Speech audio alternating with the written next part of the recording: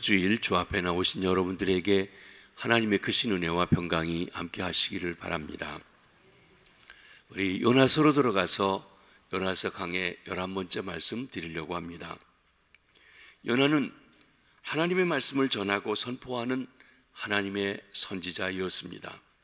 그런 요나가 느느웨로 가서 회개의 복음을, 구원의 복음을 전파하라고 하는 하나님의 말씀을 거스리고 정반대인 다시스로 가는 배를 탔습니다. 하나님께서 바다에 풍랑을 보내사 그 배가 파선의 위기에 처하게 한 것입니다. 요나는 그 심각한 풍랑의 위기에 원인으로 제비가 뽑혀서 바다에 던져지게 되었습니다. 그때 하나님께서는 큰 물고기를 예비하셨다가 요나를 삼켜 뱃속에 가두어 두신 것입니다. 큰 물고기 뱃속에서 요나가 드디어 하나님께 기도하기 시작합니다. 그전에도 기도했지만 이것은 생사를 건, 생명을 건 그런 기도입니다. 사흘 동안 스올의 뱃속에서, 죽음의 뱃속에서 하나님을 찾으며 자신을 돌아보며 회개와 감사의 기도를 드립니다. 오늘 본문은 요나가 물고기 뱃속에서 드린 그 기도의 마지막 부분입니다. 이 기도 후에 하나님께서 요나를 물고기 뱃속에서 터해내게 하시고 구원해 주셨던 것입니다. 먼저 요나가 거짓되고 헛된 것을 숭상하는 모든 자에 대한 언급을 하고 있습니다. 본문 8절 말씀을 한번 같이 보시겠습니다. 시작. 거짓되고 헛된 것을 숭상하는 모든 자는 자기에게 베푸신 은혜를 버렸사오나. 여기 요나가 지금 거짓되고 헛된 것을 숭상하는 사람을 비난할 처지가 결코 아닙니다. 요나는 물고기 뱃속에서 지금 목숨이 왔다 갔다 하는 처지입니다. 그런 요나가 남을 훈계하거나 책망할 여유가 어디 있겠습니까? 사실 문맥에서 보면 이것은 요나가 자기 자신에 대해서 반성하며 하는 말입니다. 남의 이야기가 아닙니다. 그런 다음에 요나는 나는 감사하는 목소리로 주께 제사를 드리며 나의 소원을 주께 갚겠나이다 말하고 있습니다. 그런 점에서 8절은 하나님께 배은망덕한 사람의 모습입니다. 그러나 9절에서 요나는 하나님의 은혜를 깨달아 감사하고 제사드리며 하나님께 약속했던 서원을 갚겠다고 말하고 있습니다. 여기 숭상한다 하는 단어는 올무에 빠진다 하는 말로 번역할 수 있습니다.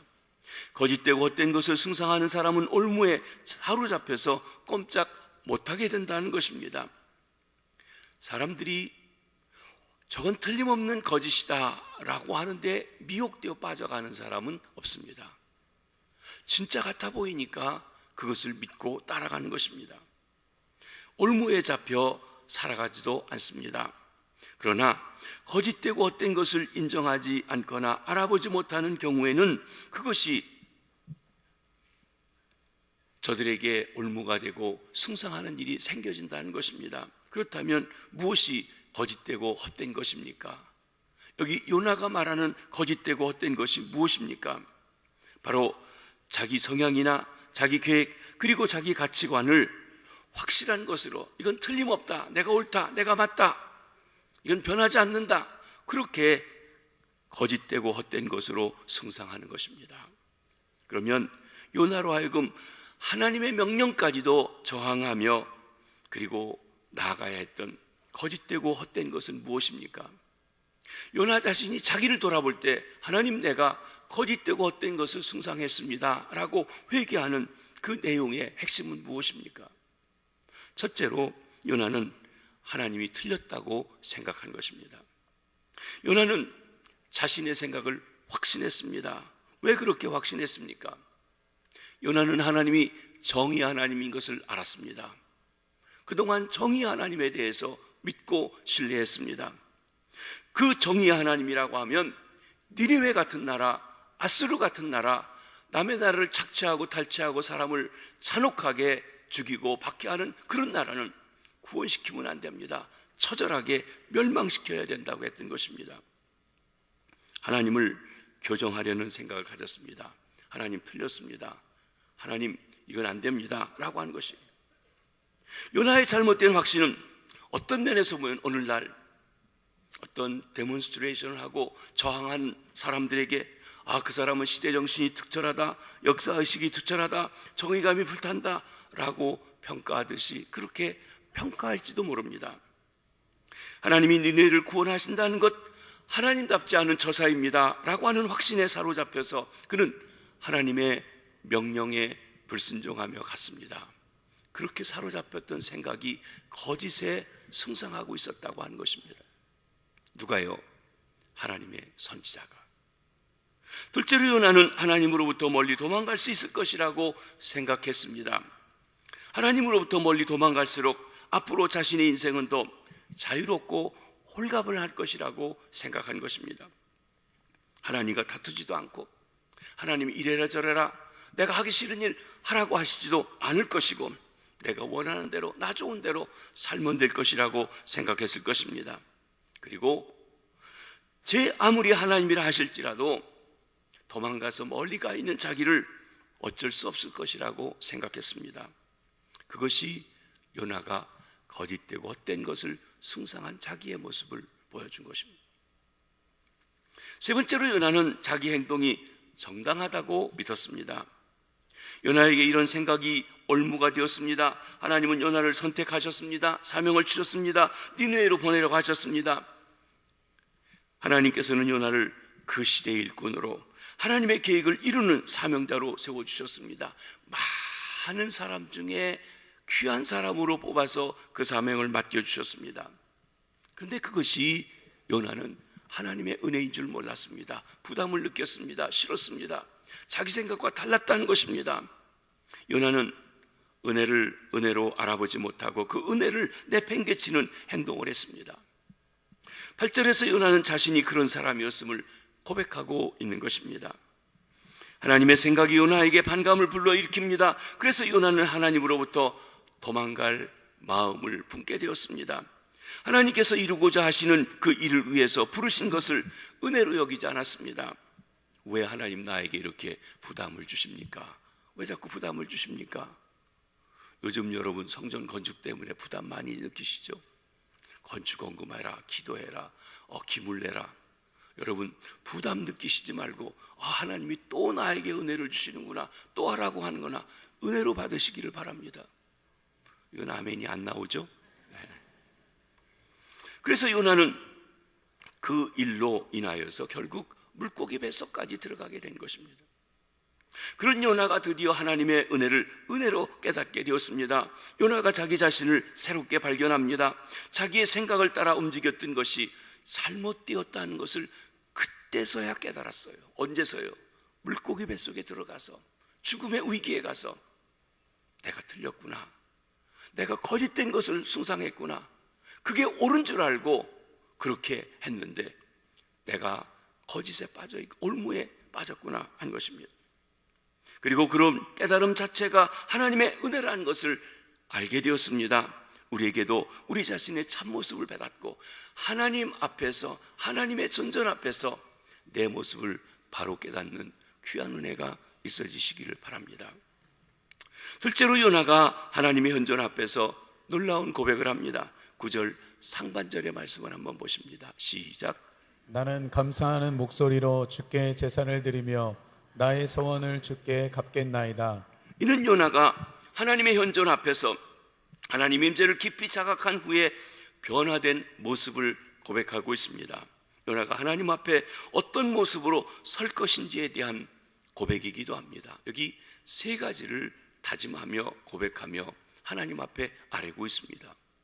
첫째로 요나는 감사하는 사람이 되겠다고 합니다. 나는 감사하는 목소리로 주께 제사를 드리며. 그런데 사실 요나가 감사할 수 있는 상황이 아닙니다. 요나는 타시스로 가려 했지만 타시스 근처에 가보지도 못했습니다. 비싼 배삭을 지불했는데 하나님께서 그 길을 방해해서 낭패를 보게 되었습니다. 요나의 계획은 실패했습니다. 아마 요나는 자기의 모든 재산도 챙겨서 그리고 가지고 멀리 가려고 했을 것입니다. 이 풍랑과 바닷속에 던져진 일을 통해서 그 재산도 다 잃어버리게 되었을 것입니다.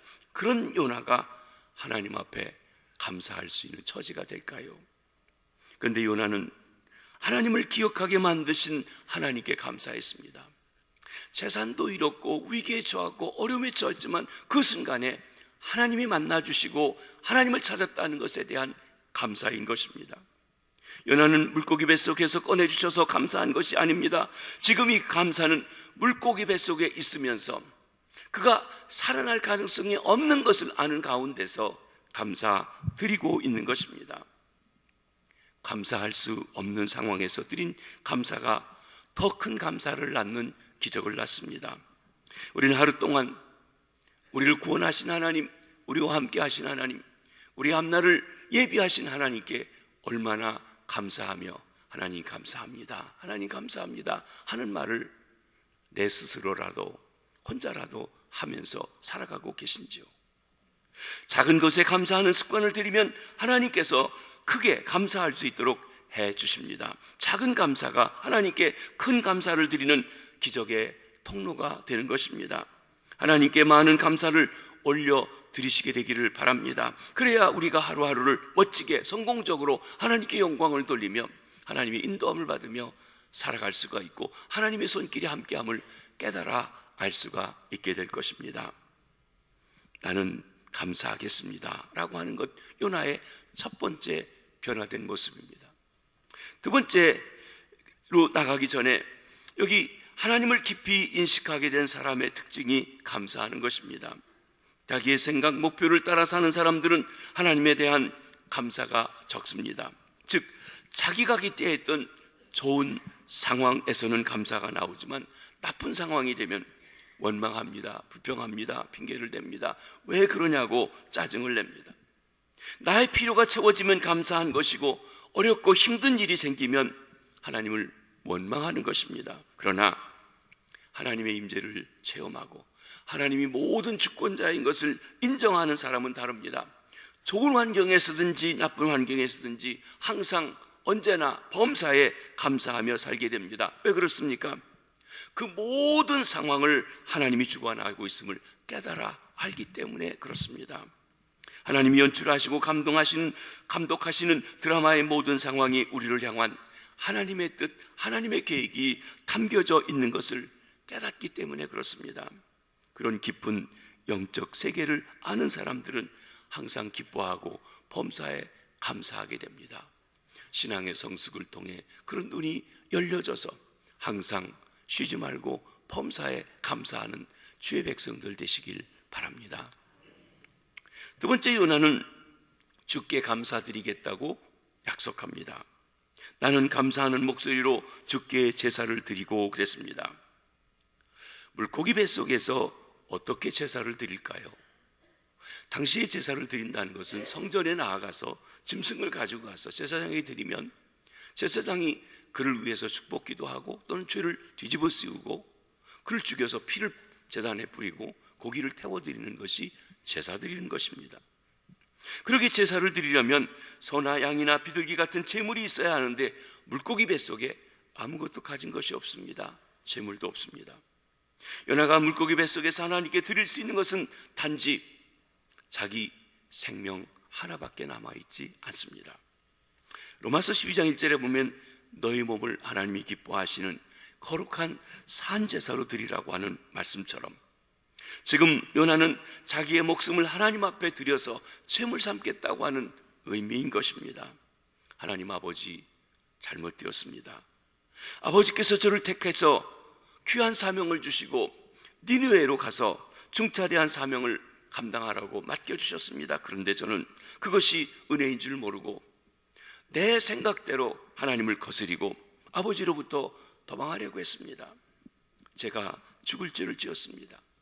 감히 하나님 앞에 고개를 들 수 없는 저를 용서하여 주시옵소서. 이 몸이라도 제물로 드리겠습니다. 이런 마음으로 지금 제사를 드리겠다고 하고 있는 것입니다. 누가복음 18장에 보면 바리새인과 세리가 성전에 올라가서 기도하는 장면이 있습니다. 바리새인, 그들은 의롭고 경건하고 금식도 자주 하고 11조도 잘 드리고 아주 존경받는 그런 사람들입니다. 그 사람들은 하늘을 향하여 손을 들고 당신 그렇게 기도했습니다. 기도하며 아주 신앙을 그럴듯하게 보여주는 사람이었습니다. 그런데 세리는 그렇지 못했습니다. 세리, 로마의 학정하에 있을 때 로마에 세금 걷는 권한을 돈 주고 사서 자기 백성들에게 돈을 걷어서 일부를 내고 나머지는 자기가 가질 수 있는 자, 그래서 동족을 착취하는 그런 나쁜 죄인으로 여겨졌던 것입니다. 우리가 바리새인의 기도는 이 자리에 살펴볼 필요가 없지만 세리의 기도를 눈여겨볼 필요가 있습니다. 어떻게 기도합니까? 누가복음 18장 33절의 말씀 한번 보시겠습니다. 시작. 세리는 멀리 있어서 감히 눈을 들어 하늘을 쳐다보지도 못하고 다만 가슴을 치며 이르되 하나님이여 불쌍히 여기소서 나는 죄인이로소이다 하였느니라. 세리, 하나님 앞에 자신을 죄인이라고 뼈저하게 느끼며 감히 다른 사람처럼 눈을 들고 손을 들고 기도하지도 못하고 고개를 숙이며 그리고 가슴을 치면서 하나님 앞에 이렇게 말합니다. 하나님이여 저를 불쌍히 여겨 주시옵소서. 저는 죄인입니다. 제가 아버지 앞에 잘못했습니다. 하나님 앞에 떳떳한 사람은 사실 아무도 없습니다. 당당하게 나갈 수 있는 사람 한 사람도 없습니다. 모두 죄인입니다. 왜? 하나님의 영광, 하나님의 기준, 하나님의 영광에 다 못 미치기 때문에 그렇습니다. 감히 얼굴을 들어 하나님을 바라보지 못하고 가슴을 치며 우리가 고백할 수밖에 없는 것입니다. 저를 불쌍히 여겨 주옵소서. 제가 잘못했습니다. 하나님의 마음을 시원하게 해드리는 사람으로 살아가야 하는데도 불구하고 늘 하나님 앞에 걱정거리, 염려거리, 하나님의 마음을 섭섭하게 해드리는 사람밖에는 못했습니다. 죄송합니다. 이것이 진실된 우리의 고백이 되실 수 있기를 바랍니다. 세 번째 요나는 서운한 것을 주께 갚겠다고 말합니다. 나는 서운을 주께 갚겠나이다. 갚아야 될 것이 있다고 하는 것은 빚진 것이 있다는 것을 전제하고 있습니다. 자신이 그동안 지키지 못할 약속들을 많이 했는데 그것을 갚겠다는 것입니다. 정치인들이 당선을 위해서라면 허튼 공약도 불사합니다. 6월 13일 날 우리 지방선거가 있습니다. 도지사도 뽑고 시장도 뽑고 도의원도 뽑고 시의원도 뽑고 국회의원이 도지사 나가서 빈 그 국회의원 자리 보궐선거도 있고 김해만 해도 그렇습니다. 이 사람들이 사람들의 마음을 얻기 위해서 그것이 어떠했든지 간에 공약을 합니다. 공적인 약속을 합니다. 그런데 한 통계청에서 조사해 보니까 대부분의 정치인들이 자기가 약속한 것을 반도 못 지키는 정치인들이 허드렛하다는 것이에요. 다시 말하면 안 될 일인데 사람들 귀에 표를 얻기 위해서 아주 무슨 소리든지 다 해가지고 환심을 사는 그런 일들을 많이 한다는 것입니다. 그래서 공약이, 공적인 약속이 공약, 헛된 약속이 됩니다. 우리도 하나님 앞에 그런 헛된 이야기를 약속하고 신앙생활하고 있지는 아니하신지요? 어려운 일을 닥칠 때 하나님께 서원하고 약속합니다. 하나님, 이번만 고비를 넘기게 해주시면, 이 문제만 해결해 주시면 제가 평생 기도하며 살겠습니다. 예배자로 살겠습니다. 하나님을 섬기며 살겠습니다. 그렇게 다짐을 합니다. 그런데 막상 문제가 해결되면 생각이 달라집니다. 우리말에 어디 갈 때 생각하고 나올 때 생각이 다르듯이 말입니다. 이거 진짜 하나님이 해주신 거 맞나? 내 기도 들고 하나님이 해주신 거 맞나? 원래 그렇게 되도록 된 걸 내가 너무 하나님 앞에 크게 약속했나? 그리고 슬그머니 에이 하고 뺀다는 것이.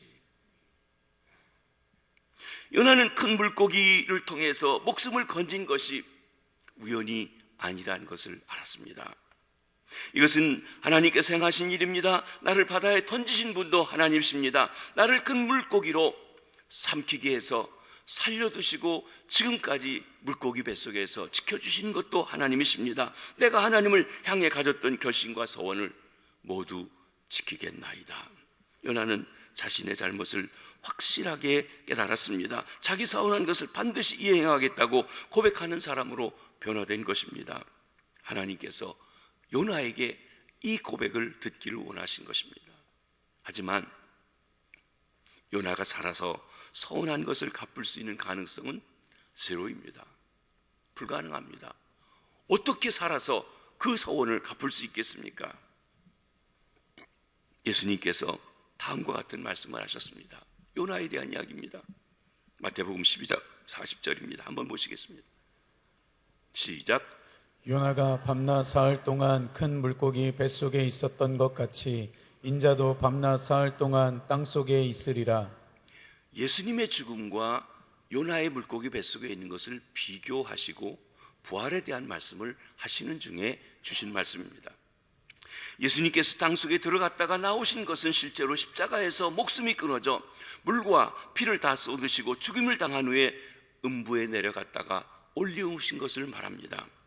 그렇다면 요나의 2박 3일 역시 실제 죽음의 자리에 들어가서 완전한 죽음의 자리에 들어갔다가 다시 살려진 것으로 보여져야 한다는 것입니다. 하나님이 살려두셨단 말입니다. 요나는 다시 살아날 가능성을 염두에 두고 이 기도를 드린 것은 아닙니다. 어쩌면 요나는 그동안 서원하고 이행하지 못했던 것들을 자신의 몸을 제물로 바침으로써 갚겠다는 생각이었을 것입니다. 요나는 회생 가능성을 포기하고 진심으로 회개하고 하나님과의 관계를 정상화한 후에 천국에 가겠다고 생각한 것입니다. 진정 하나님의 임재 앞에서 모든 걸 내려놓고 하나님 중심으로 살겠다고 하는 그 순간의 고백인 것입니다. 마지막으로 요나가 구원은 하나님께 속하였다고 선포하고 있습니다. 9절 말씀을 한번 보시겠습니다. 시작. 나는 감사하는 목소리로 주께 제사를 드리며 나의 소원을 주께 갚겠나이다. 구원은 여호와께 속하였나이다 하니라. 이 마지막 부분, 구원은 여호와께 속하였나이다. 이는 요나의 기도의 결론입니다. 이 고백은 땅에 살고 있는 모든 하나님의 자녀들, 하나님의 은총을 입은 사람들의 삶의 결론이기도 합니다. 이 고백이 신앙생활의 핵심이지만 쉽게 할 수 있는 고백은 아닙니다. 가벼운 고백이 결코 아니기 때문에 그렇습니다. 하나님이 누구십니까? 하나님은 작정하신 뜻이 있으면 반드시 이루시는 분이십니다. 그 뜻을 이루기 위해서 때로 저와 여러분을 일꾼으로 뽑아서 쓰시기도 하십니다. 우리가 아니어도 그 일을 하실 수 있지만 우리에게 그 기회를 주시고 하게 하시는 것입니다. 요나도 마찬가지입니다. 하나님께서 니느웨를 구원하는 복음의 소리를 전하게 하기 위해서 요나라고 하는 사람을 일꾼으로 부르신 것입니다. 그런데 하나님의 사람, 선지자, 말씀을 전하던 요나가 하나님께 순종하지 않습니다. 하나님의 말씀에 반발합니다. 맡겨진 사명을 거부합니다. 하나님께로부터 도망갑니다. 어떤 면에서 보면 신성모독죄입니다. 선지자가 이럴 수 있나 싶습니다. 그런데 하나님은 그런 요나를 버리지 않고 내팽개치시지 않고 끝까지 추적해 가시는 것입니다. 바람과 폭풍을 명령하십니다. 큰 물고기를 예비하셨습니다. 요나가 가는 길목길목을 지키고 계십니다. 결국 요나는 물고기 뱃속에서 이렇게 끊임없이 추적해오는 하나님을 발견합니다. 지금까지 하나님의 사람으로 하나님을 섬겨왔지만 새롭게 깊이 그 임재를 체험하며 현존을 체험하며 새롭게 발견하게 된 것입니다. 무소부재하시며 천능하신 하나님을 만나게 되었습니다. 그리고 하나님께 기도합니다. 하나님을 향한 두려움, 경외감이 새롭게 회복되었습니다. 하나님의 뜻은 일정하시고 그 뜻은 아무도 돌이킬 수 없음을 깨닫게 되었습니다. 자신의 생각을 깨뜨려 하나님의 뜻에 순종해야 한다는 사실을 절실하게 통감하게 된 것입니다. 그것이 지름길이고 복받은 길이고 형통한 길이라는 것입니다. 하나님을 거스려서 잘 되는 것이 없다는 것을 깨달았어요. 요나를 향한 하나님의 계획, 한 지역차도 없이 이루실 것을 깨달았습니다. 그런 하나님에 대한 체험을 바탕으로 이 고백을 올리고 있는 것입니다. 구원은 여호와께로 말미암습니다. 요나의 이 고백은 욥의 고백과도 매우 흡사합니다. 욥, 고난을 겪었습니다. 의로운 사람인데 재산을 다 약탈당하고 하루아침에 10자녀들이 죽고 온몸에 욕창이 나서 고난을 당하고 그런 자기를 보고 아내가 도망쳐가는 고난 속에 있던 욥. 그 욥이 욥기 23장 13절로 15절에 하나님에 대해서 이렇게 고백합니다. 한번 보십니다. 시작. 그는 뜻이 일정하시나니 누가 능히 돌이키랴. 그의 마음에 하고자 하시는 것이 있으면 그것을 행하시나니 그런즉 내게 작정하신 것을 이루실 것이라. 이런 일이 그에게 많이 있느니라. 그러므로 내가 그 앞에서 떨며 지각을 얻어 그를 두려워하리라. 하나님이 정하신 것을 바꿀 사람이 없다고 그랬어요. 그 계획을 반드시 이루실 것이라고 하신 것입니다. 그러기에 내게 작정한 것, 나를 위해서 작정하신 것도 반드시 이루어 가실 것이라고 말씀하신 것입니다. 그렇습니다. 우리 하나님은 작정하신 뜻을 반드시 이루시는 분이십니다. 요나는 하나님의 뜻에 반발하고 저항하고 도망치는 삶을 살았지만 결국 하나님, 당신이 옳습니다, 당신이 맞습니다 라고 고백하는 자리에 돌아올 수밖에 없었던 것입니다. 구원은 여호와께 속한 것입니다. 이 말은 함부로 가볍게 고백할 수 있는 내용이 아닙니다. 이 고백에 요나의 체험이 담겨 있기 때문에 그렇습니다. 이 고백은 죽음의 자리까지 내려가 스올의 뱃속에까지 들어가 몸부림치는 경험을 거친 다음에야 비로소 깨달아 알게 된 것입니다. 지금까지 내가 내 힘대로 살았습니다. 내 판단, 내 실력, 내 열정, 내 자신감으로 살았습니다. 그러나 내가 사는 것은 내 힘으로 사는 것이 아니라 하나님의 도우심으로, 하나님의 은혜로, 하나님의 힘으로 사는 것입니다. 하나님이 오르시다 하는 것을, 전적으로 오르시다 하는 것을 이제 깨달았습니다 라고 고백하게 된 것입니다. 저와 여러분, 우리에게도 이 고백이 있어 하나님 앞에 바른 믿음을 가지고 살아가시게 되길 바랍니다. 이 요나의 고백이 하나님의 마음을 움직이셨습니다. 기도를 마친 후 요나는 이제 됐다, 내가 천국 가서 하나님을 만나도 이제 다 회개하고 하나님의 임재 앞에서 살아가야겠다, 이 몸으로 제물을 바칩니다 라고 하는 생각하며 헌절했을지 모릅니다. 그런데 하나님은 그 순간 하나님의 계획을 완성하신 것입니다. 이 고백 후 그가 정신을 잃어버렸을지도 모르는 그 요나를 하나님께서 구원을 베풀어 주셨습니다. 어떻게 구원 베푸셨습니까? 여기 10절 말씀을 한번 보십니다. 시작. 여호와께서 그 물고기에게 말씀하시매 요나를 육지에 토하니라. 하나님께서 물고기의 명령을 내리셔서 큰 물고기가 요나를 태워납니다. 믿어지십니까? 그래서 이것을 하나의 이야기로 생각하는 사람이 있습니다. 애들이 참 요나 이야기를 좋아합니다. 왜냐면요, 물고기를 대기시켜 놓고 삼키라고 하면 삼키고, 그러나 죽이지 말고 먹지 말고 가만 놔두라고 하면 놔두고, 또 뱉으라고 하면 뱉고, 이게 참 신비롭고 재밌고 그렇습니다. 여러분, 물고기도 자기 마음대로 하잖아요. 하나님이 토해내라고 명령해야 토해냈던 것입니다. 물고기는 하나님의 명령을 그대로 순종했습니다. 하나님의 선지자인 요나는 하나님의 명령을 반발하다가 고난을 당하였지만 하나님이 지으신 피조물 물고기, 하나님의 명령에 한치의 오차도 없이 순종하는 모습을 보여주고 있는 것입니다. 우리는 이 세상에서 늘 우리 힘으로 살려고 했습니다. 그러나 구원은 하나님께 속하였습니다. 우리는 우리 힘을 의지해서 살아갑니다. 요나는 스스로의 노력으로 물고기 뱃속에서 나오는 것은 불가능합니다. 오직 하나님만이 하실 수 있습니다. 우리는 구원을 얻어야 합니다. 우리가 구원을 얻어야 된다라고 한데 우리는 수동형을 씁니다. 내가 구원을 성취할 수가 없기 때문에 그렇습니다.